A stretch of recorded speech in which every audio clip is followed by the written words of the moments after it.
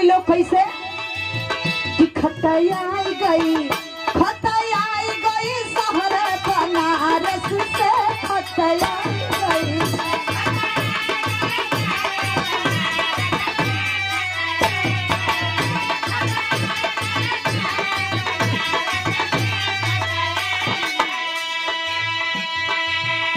नौहन में जो होली वो गावेली कि भीगे भीगे।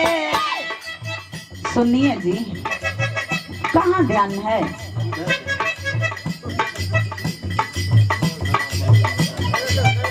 ऐसे देखा करिए कि बुझा रहा है कि एकदम गावेली लोग कैसे कि भीगे भीगे है कि भीगे भीगे भीगा भीगा दुपट्टा लहरिया में भीगे भीगे।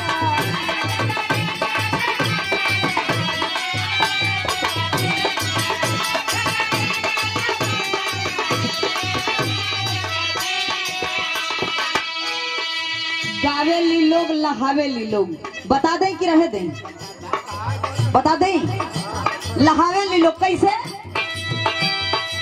हो अपने बहिनी के यार बुलावेला, समाकार बुलावेला, आखड़ा बुलावेला,